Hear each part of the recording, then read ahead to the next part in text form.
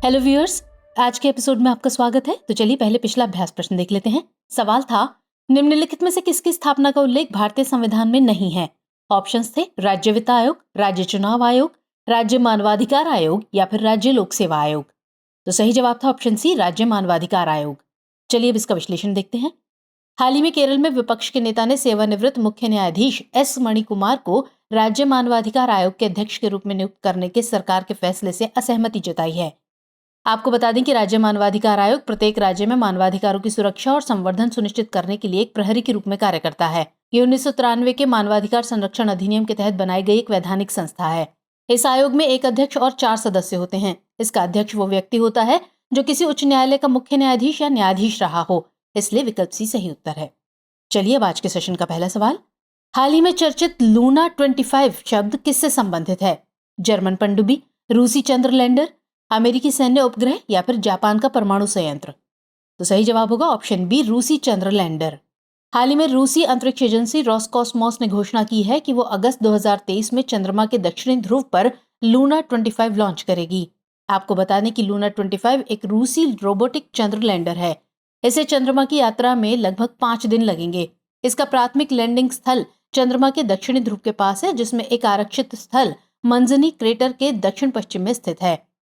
इसके लैंडर में 4 पैरों वाला बेस है, जिसमें लैंडिंग रॉकेट और प्रोपेलेंट टैंक है। लूना 25 रूस के लूना ग्लोब कार्यक्रम का पहला मिशन है, जो चंद्रमा पर रोबोटिक मिशनों की एक श्रृंखला है। इसमें गामा रे और न्यूट्रॉन स्पेक्ट्रोमीटर, इंफ्रारेड स्पेक्ट्रोमीटर, मास स्पेक्ट्रोमीटर और इमेजिंग सिस्टम सहित 8 विज्ञान उपकरण हैं। उम्मीद है कि ये लैंडर लगभग 1 वर्ष तक चंद्रमा की सतह पर काम करेगा और रेजुलित एवं एक्सोस्फेरिक धूल तथा कणों का अध्ययन करेगा, इसलिए विकल्प बी सही उत्तर है। चलिए नेक्स्ट क्वेश्चन। संसद की प्रवर समिति के संबंध में निम्नलिखित कथनों पर विचार कीजिए। पहला कथन, ये प्रकृति में स्थायी होती है, और दूसरा कथन, इसकी सदस्यता की वास्तविक संख्या निश्चित होती है। आपको बताना है कि इनमें से कौन से कथन सही है या सही है। केवल एक, केवल दो, एक और दो दोनों, या फिर न तो एक और ना ही दो। तो सही जवाब होगा ऑप्शन डी, न तो एक और ना ही दो। हाल ही में दिल्ली सेवा विधेयक के मामले में एक सांसद द्वारा एक विधेयक को प्रवर समिति को भेजने का प्रस्ताव पेश किया गया। आपको बता दें कि संसद की प्रवर समिति एक तदर्थ या अस्थायी समिति होती है, जो एक विशिष्ट उद्देश्य के लिए गठित की जाती है, इसलिए कथन एक सही नहीं है। इस समिति की सदस्यता की वास्तविक संख्या निश्चित नहीं है, क्योंकि यह समिति दर समिति भिन्न भिन्न होती है, इसलिए कथन 2 सही नहीं है। यदि ये एक संयुक्त समिति है तो राज्यसभा और लोकसभा के सदस्यों का अनुपात 1:2 होता है। समिति के अध्यक्ष की नियुक्ति राज्यसभा के सभापति द्वारा समिति के सदस्यों में से की जाती है। विधेयक के प्रभारी सदस्य या मंत्री को आमतौर पर समिति के सदस्य के रूप में शामिल किया जाता है।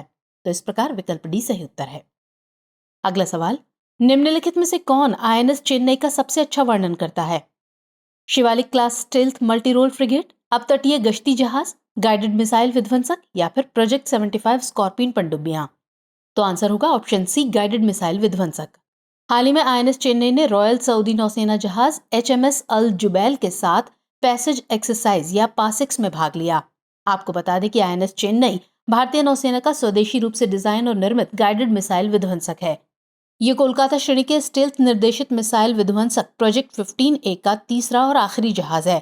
इसका निर्माण मुंबई में मजगांव डॉक लिमिटेड यानी एमडीएल द्वारा किया गया है, जबकि इसे 21 नवंबर 2016 को भारतीय नौसेना में शामिल किया गया था। ये सुपरसोनिक ब्रह्मोस जैसी वर्टिकल लॉन्च और लंबी दूरी की सतह से हवा एवं सतह से सतह पर मार करने वाली मिसाइल प्रणालियों और बराक 8 रेंज की सतह से हवा में मार करने वाली मिसाइलों से लैस है, इसलिए विकल्प सी सही उत्तर है। चलिए आगे बढ़ते हैं। निम्नलिखित में से कौन हाल ही में चर्चित पर्सीड मीटियोर शावर की सबसे अच्छी व्याख्या करता है? ए, चंद्रमा की सतह से पृथ्वी के वायुमंडल में आने वाले कण। बी, गुजरते क्षुद्रग्रह द्वारा छोड़े गए कण। सी, 2 सुदूर आकाश गंगाओं के बीच टकराव, या फिर डी, स्विफ्ट टटल धूमकेतु द्वारा अपने पथ पर गिराए गए टुकड़े? तो आंसर होगा ऑप्शन डी। हाल ही में नासा ने आकाश से उतरते समय टूटते तारों की घटना पर जानकारी प्रदान की। इस घटना को पर्सीड मीटियोर शावर के रूप में जाना जाता है। ये मीटियोर शावर धूमकेतु स्विफ्ट टटल द्वारा छोड़े गए मलबे से उत्पन्न होता है और सूर्य की परिक्रमा करते हुए अपने रास्ते पर कण गिराता है। ये कण अपनी गति और चमक के लिए जाने जाते हैं। जब ये पृथ्वी के वायुमंडल में प्रवेश करते हैं तो अक्सर प्रकाश की ज्वलंत धारियां उत्पन्न करते हैं। ये हर साल होते हैं, लेकिन उनकी गतिविधि 12 अगस्त के आसपास चरम पर होती है। अपने चरम के दौरान पर्सीड मीटियोर शावर प्रति घंटे लगभग 60 से 100 उल्काएं पैदा कर सकता है। इसलिए विकल्प डी सही है। चलिए अगला प्रश्न, हाल ही में चर्चित वाक्विटा क्या है? पोर्पोइज, तितली, मधुमक्खी या फिर मेंढक? आंसर होगा ऑप्शन ए पोर्पोइज। हाल ही में अंतर्राष्ट्रीय व्हेलिंग आयोग या IWC ने गंभीर रूप से कम होती आबादी के चलते वाक्विटा पोर्पोइज के विलुप्त होने की चेतावनी जारी की है। आपको बता दें कि वाक्विटा दुनिया में सबसे लुप्तप्राय सिटासियन यानी पोर्पोइज है, जो केवल मैक्सिको में कैलिफोर्निया की खाड़ी के सबसे उत्तरी भाग में पाया जाता है। ये ध्यान दिया जाना चाहिए कि अब इनकी आबादी में केवल 9 से 10 सदस्य ही शेष बचे हैं। ये अक्सर समुद्री संरक्षित क्षेत्रों में अवैध मछली पकड़ने के कार्यों में उपयोग किए जाने वाले गिलनेट में फंसकर मर जाते हैं। वाक्विटा में अलग अलग शारीरिक विशेषताएं होती हैं, जिनमें एक डार्क आई रिंग लाइन के साथ लिप पैच और विभिन्न सतहों पर भूरे रंग के अलग अलग शेड शामिल हैं। इसलिए विकल्प ए सही उत्तर है। चलिए अगला सवाल, भारत छोड़ो आंदोलन के संबंध में निम्नलिखित कथनों पर विचार कीजिए। 1. इस आंदोलन को अगस्त आंदोलन के नाम से भी जाना जाता है। 2. इसे अखिल भारतीय कांग्रेस कमेटी के बॉम्बे सत्र में लॉन्च किया गया था। और 3. भारत छोड़ो का नारा यूसुफ मेहर अली ने दिया था। आपको बताना है कि इनमें से कितने कथन सही हैं। केवल 1, केवल 2, सभी 3 या फिर कोई भी नहीं। तो जवाब होगा ऑप्शन सी, सभी 3। हाल ही में भारत छोड़ो आंदोलन की वर्षगांठ मनाई गई। आपको बता दें कि भारत छोड़ो आंदोलन अगस्त 1942 में महात्मा गांधी और भारतीय राष्ट्रीय कांग्रेस द्वारा शुरू किया गया एक महत्वपूर्ण आंदोलन था। इसे अगस्त आंदोलन के रूप में भी जाना जाता है, इसलिए कथन 1 सही है। इसे द्वितीय विश्व युद्ध के दौरान अखिल भारतीय कांग्रेस कमेटी के बॉम्बे सत्र में लॉन्च किया गया था, इसलिए कथन 2 भी सही है। महात्मा गांधी ने मुंबई में अखिल भारतीय कांग्रेस समिति के सत्र में ब्रिटिश शासन को समाप्त करने का आह्वान किया और भारत छोड़ो आंदोलन शुरू किया। गांधी जी ने ग्वालियर टैंक मैदान में दिए अपने भाषण में करो या मरो का आह्वान किया, जबकि भारत छोड़ो का नारा यूसुफ मेहर अली द्वारा दिया गया था, इसलिए कथन 3 भी सही है। तो इस प्रकार विकल्प सी सही उत्तर है। चलिए अगला सवाल देखते हैं। हाल ही में किस मंत्रालय ने एक नए ऑपरेटिंग सिस्टम माया को अपनाया है? रक्षा मंत्रालय, कृषि एवं किसान कल्याण मंत्रालय, वित्त मंत्रालय या फिर विज्ञान एवं प्रौद्योगिकी मंत्रालय? तो जवाब होगा ऑप्शन ए, रक्षा मंत्रालय। हाल ही में रक्षा मंत्रालय ने इंटरनेट से जुड़े सभी कंप्यूटरों में माइक्रोसॉफ्ट ऑपरेटिंग सिस्टम यानी OS को एक नए ऑपरेटिंग सिस्टम माया से बदलने का फैसला किया है। आपको बता दें कि माया ओपन सोर्स प्लेटफॉर्म पर आधारित एक नया ऑपरेशन सिस्टम है। इसे सरकारी विकास एजेंसियों द्वारा 6 महीने के भीतर विकसित किया गया है। इसका उद्देश्य मैलवेयर और अन्य साइबर हमलों को रोकना है। इसमें विंडोज की तरह इंटरफेस और सभी कार्यक्षमताएं हैं, जिससे उपयोगकर्ताओं को इसमें बदलाव के दौरान ज्यादा अंतर महसूस नहीं होगा। तो इसलिए विकल्प ए सही उत्तर है। नेक्स्ट क्वेश्चन, राष्ट्रीय ग्राम स्वराज अभियान या RGSA के संबंध में निम्नलिखित कथनों पर विचार कीजिए। पहला कथन, ये केंद्रीय क्षेत्र की योजना है।